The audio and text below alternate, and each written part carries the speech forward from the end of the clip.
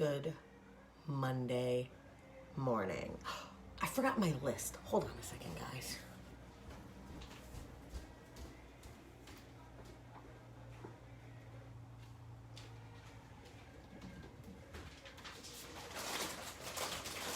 I need to turn myself quick.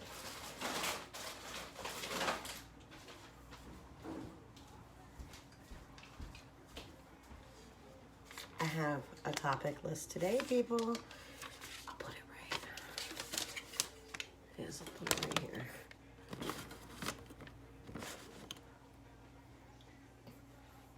That works. That works. Good morning, everybody. I think fall is trying to show up. Summer decided to hard break it here in Connecticut last week, in the middle of the week sometime, and it's like, psh, y'all need some fall weather. So I'm super enjoying this. Where's the wife? She's in the bathroom.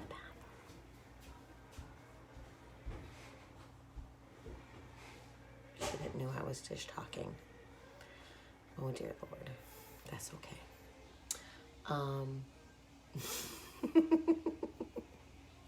You know, when you don't have an IT team, when you don't ever know when you're going to dish talk, you never know what's going to happen. And she's going to be sleeping until like noon.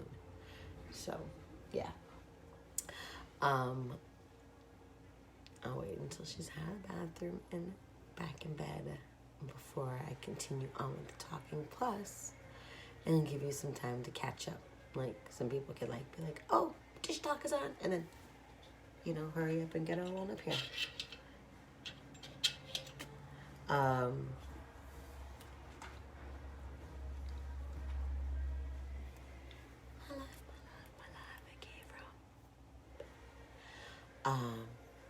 Yeah. It's beautiful outside. Definitely is so beautiful. Okay. She's back in the bedroom. There we go. All right. Back to dish talk. Yeah, I got a lot to talk about. This was an interesting weekend. I had brought art to a couple different places. So I'm really pushing the art sales this month. You can find my art down at the Willimantic Co-op in Willimantic, Connecticut, on the walls all month. And then there's a couple of my pieces down at the gallery at Warrigan. So yeah, I just got off the phone. Finally think I fixed my insurance. This broken system really is trying on me sometimes because like, I spent a lot of spoons getting my insurance taken care of and making sure I have what I need, only to have the system just like, you go, here's another hoop, here's another hoop. Oh wait, this one's on fire, you know? So it's been pretty frustrating. But I think I figured it out, and I'm glad I didn't go down to the office today because it was not an office thing. It was a third-party thing. Oh, dear Lord. Like, seriously. Why do they gotta make it so forking difficult? You know why? Because when you make it difficult, you get people not to do it, and you get people to back out of the system, and you get people not to put in applications. Like, for example, the housing lists. The housing lists are super long, so it keeps people not applying, right? So if you keep the housing list long, people are going to be defeated already. It's like a learned helplessness in the lower socioeconomic statuses of things, right? And it's mindfuck. It's gaslighting. It's corporate bullshit. It's systemic, keeping people poor, right? So if people are defeated and don't want to fill out the 20-page application with the 20 pieces of verifications and documents, like for reals, because that's for reals, this is what happens, you know, they get defeated, and people are just like, what? But it could help them. Yeah, but let me tell you, like, the waiting lists for housing don't open often. you know? So when they do, it's a lot at a time. And then the people are like, oh, well, it just opened. It's this weird learned helplessness that we have developed as a society. Okay? It's very strange. I'm trying to figure it out. But it's so deep. So deep that it's just really hard to talk about. It's like, it's more than a dish talk. That's definitely more than a dish talk. Maybe that'll be my TED talk. Right? I would love to do a TED talk. All right, so Naked Canvas is coming up, right? So my insurance is fixed, hopefully, right? Let's hope. Also, I need a lawyer for disability. If anyone has one, let me know. Because I'm tired. Naked Canvas is coming up. Naked Canvas is coming up. Yo, let me tell you, I am ready. I have got a lot of my materials. I just have to learn some stuff and things about playing with an air gun. But yo, I'm excited. And it's gonna be a long night. Oh goodness. It's gonna be a long night at Naked Canvas. So I'm really glad I got my buddy Andrea in with me, because she's my driver. Because I don't drive like that. I can't drive at night. Oof. But it's gonna be at Hygienic Art Park, which is super awesome. Yeah. Yep. Oh, what else is going on? So I'm gonna bring up a little bit more of a sensitive topic. My family. And we all know that I am the most colorful sheep of my family, right? We know I'm the loudest. We know I'm the one that's gonna scream about all the things that are going wrong. But I'm also the one that pays for it. So let's talk about this. My brother has been living in addiction for 20 years, give or take. And it has caused a lot of problems in my family because he is just sort of enabled in ways that frustrates me. So, like, if you're not talking to your kid about the person they should be, like, you're not doing much. So my brother, I'm just going to fill this up with water. Hold on a second. Sorry. This unexpected water dump. All right. My brother has 3 kids. And he is very estranged from them by his choice. They live in New Hampshire. Stephanie is an amazing mom. Ooh, that was almost a tumble. I pushed her to leave my brother to get out of the house because my brother had become emotionally and physically abusive to his children, to the animals. He is neglectful. He's an absent parent, and all of that breaks my heart. Why? Because everyone's just letting him do it. And why do I have such a problem with it? Well, because my parents played an active role, a very active role on how I raised my kids, okay? Very active. To the point where my stuff is in Arizona still because I was told I had to go to South Carolina to help my children. Okay? So if you think that having my stuff in storage in Arizona is hard enough, the circumstances behind it is shitty because I didn't want to move. I was given a choice. And so throughout the years, I've been told, you need to talk to your kids. You need to talk to your kids about this, and you need to talk to your kids about that. And I do. I talk to my kids. You know what? My kids are doing pretty fucking good. They're not. They've never been in jail. They don't get in trouble. They're both on the up and up. I ain't worried about my kids. My kids don't have to bother me about finances for financial stuff because I have lucked out and they're financially secure. On the other hand, I did all the things, right? I did the school. I did the kids. I try to make the world a better place. All that good shit. Happy crap. And what do I get? I get silence when I'm like, yo, Scott needs some fucking help. Because his addictive fucking bullshit and trauma is cycling into his children. And I get told, that's their thing. That's a Scott and Stephanie thing. Excuse me? Excuse me? No, it's not. Because I've witnessed firsthand what my brother's bullshit has trickled on to those kids. And thank the God Stephanie got them out. Because we don't need any more of that in our life, in our fucking world. So, for all of this, I'm the one that's continually being questioned, right? What am I doing? Like, if I get disability, will I be a productive member of society? That's the question I got. I didn't ask to be bit by a fucking tick. Yeah, living with bipolar is one thing. And during this last conversation with my parents, which was not really a conversation, I kind of just yelled.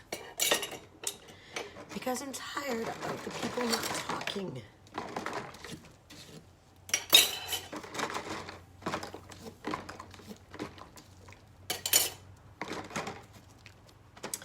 And I'm the one that misses out because when I become what they think is irrational,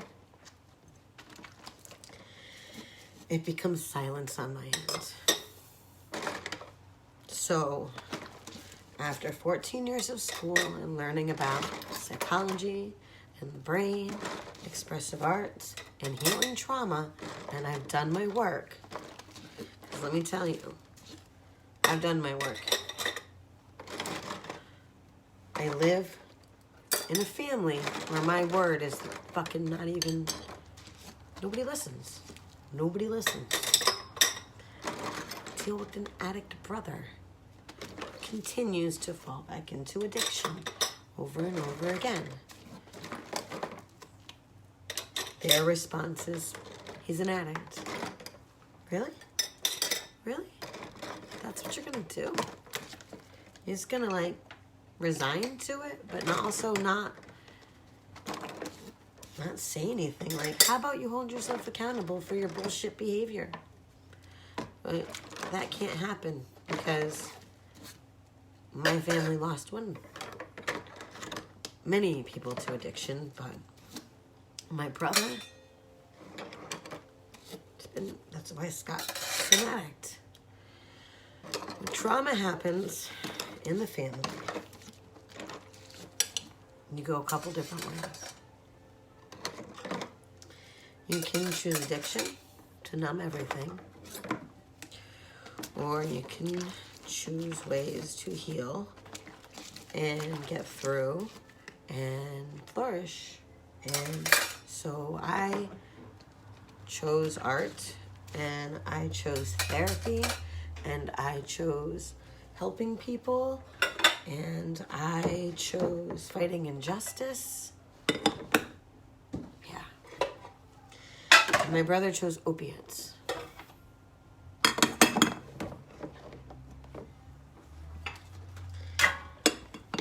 So my parents... So my nephew's having a birthday party this weekend. Right? I know about it because Stephanie told me. I'm not invited. Jay and I are not invited. My dad, Al, he's coming over on Friday to take my wife out to lunch. I don't know what they're talking about. But I'm not invited. Okay?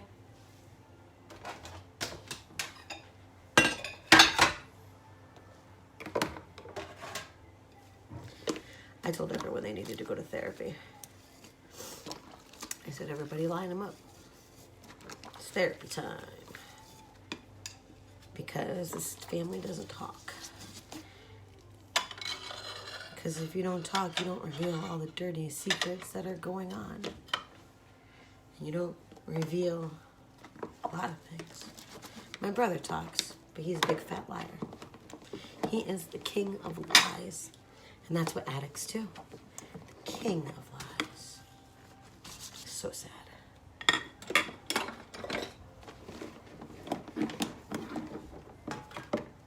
And so I'm out on the outskirts going, huh, here I am. Just chugging through. Let me tell you, the best I can, right? Watching how my brother does some shady ass shit. Hearing about some shady ass shit all the time. He's not even my friend on Facebook, and I hear about his shady shit.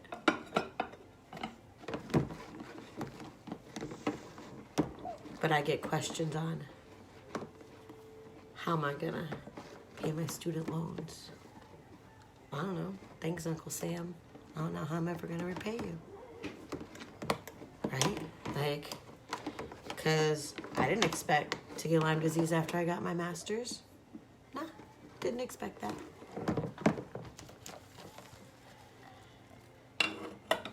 You know, one thing I'm good at is finding a resource. But I wish I could find the resource to help my family because it's broken. Yep.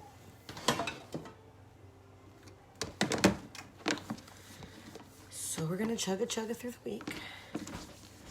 And today I have Messy Monday. So I'm creating sensory boxes. Taking tomorrow to do some medical things. Wednesday we're back at kinder camp for superhero week. Thursday I'm at regular camp.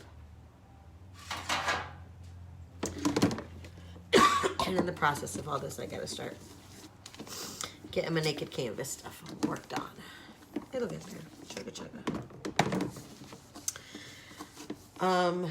Yeah. Also, I want a house.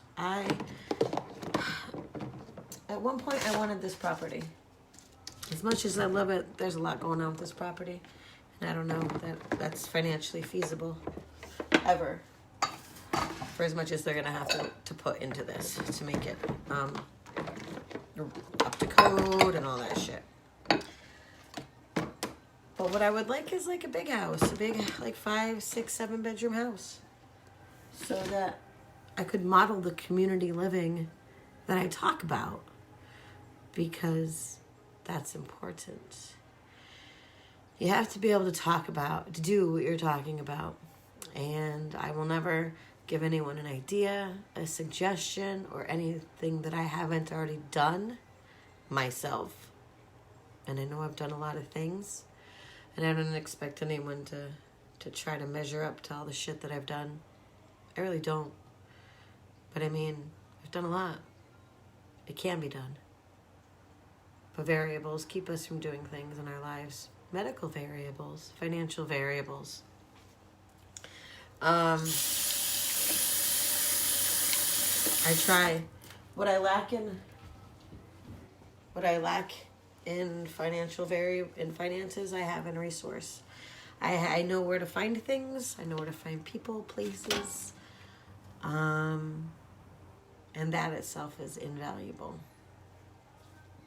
But I'd like to find a big house, because there are several people that I would like to move into that house, because it's all about community living.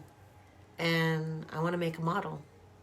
I want to make a model for the bigger things that I'm doing. I'd like to stay in Norwich.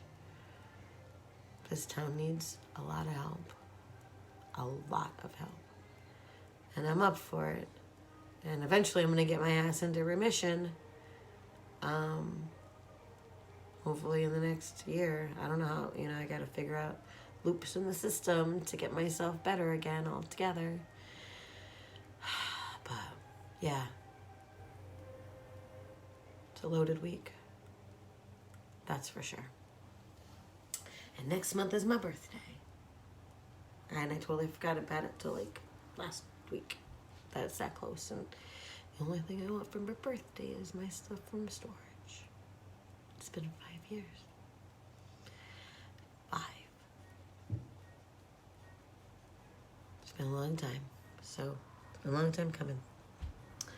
Anyway, thank you guys for watching. Much love to you. Stay magical. And we're going to catch you next time.